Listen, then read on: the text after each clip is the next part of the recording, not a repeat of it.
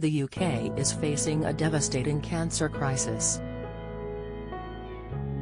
A damning report by the National Audit Office, NAO, this week found that as many as 740,000 patients missed urgent GP referrals for suspected cancer since the beginning of the first coronavirus lockdown.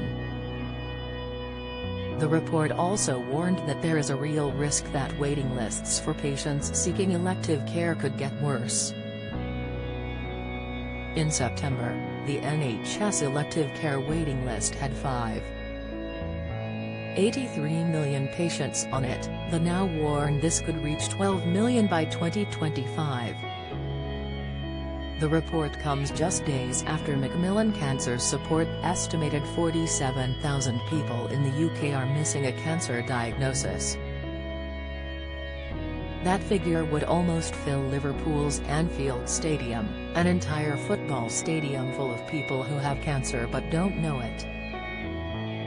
Thousands more after facing long delays and they go through the treatment process. Dr. Jodie Moffat, head of Strategic Evidence and Early Diagnosis Programme Lead at Cancer Research UK, told Express. Co.uk that urgent referrals fell off the cliff at the end of March 2020 when the country went into lockdown. Dr. Moffat said that things started to pick up again a while later, but at different rates. Breast cancer, she said, picked up pretty quickly. Urological cancers, such as prostate cancer and lung cancer, were quite slow at picking up again. Prostate cancer cases are down 23%, while breast cancer is down 12%. Heartbreakingly, the UK's poor cancer survival rates are showing no signs of improving. Dr. Moffat cited the lack of face-to-face GP appointments as part of the reason behind the issues.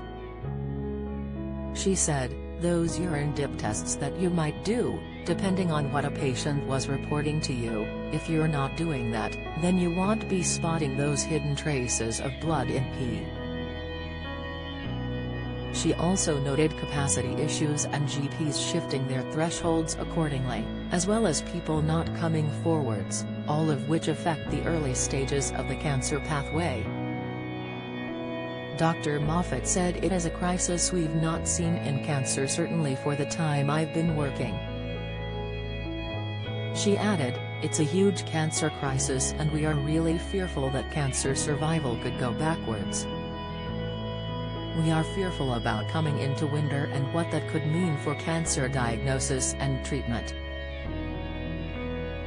Before the pandemic, Britain was sitting at the bottom of the International Cancer League tables. Research over a 20-year period, published by the World Health Organization in 2019, compared 7 major nations, with the UK's survival rates the lowest for 5 out of 7 common cancers. Since the pandemic struck, patients have been reluctant to come forward, wanting to protect the NHS, while evidence shows people are also fearful of catching COVID in hospital environments. Dr. Moffat stressed, it's a crisis of a scale I've not seen before, and we don't want to go backwards. We already have cancer outcomes that don't compare to the best in the world. This really does risk us going further behind. She continued, we've got a situation here where lives are at stake, so people may be in life or death situations because of the delays in their diagnosis or the delays in their treatment. People's quality of life will also be affected by a later diagnosis. Dr. Moffat explained, they might need more invasive treatments that bring them long-term side effects that they might not have needed if they had had their cancer diagnosed at an early stage. For some people, the stage at which they are diagnosed could be the difference between life and death. Dr. Moffat and her colleagues have stressed cancer can't wait. She said, the public, understandably, see time of the essence when it comes to heart attack and stroke. and that's absolutely right. Hours make a difference for those diseases.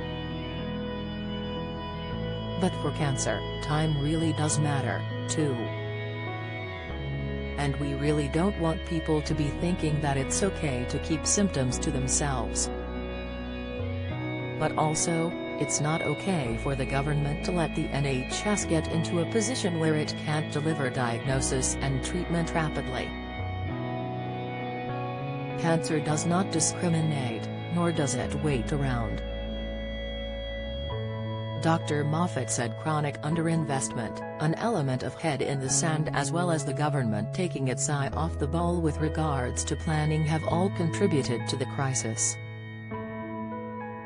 This was echoed by Professor Pat Price, co-founder of the #CatchUpWithCancer campaign, in the wake of the Now report.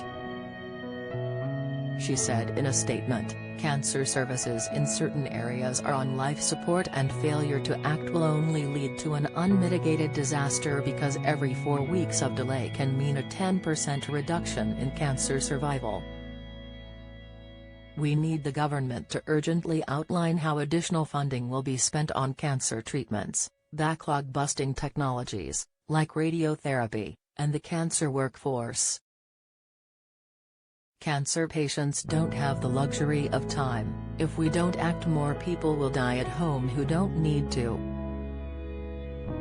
Health Secretary Sajid Javid confirmed in October that the 41 stop shops would be launched in the next 6 months as part of attempts to detect cancer sooner.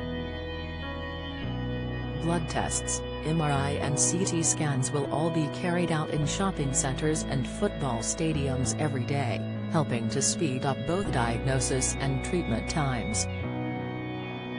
Ministers have also promised a 15-year plan to tackle the challenge of training and recruiting for cancer services amid ongoing staff shortages. Numbers had been approaching crisis levels prior to the pandemic, but the levels are worse than ever now. These plans will be published in the spring.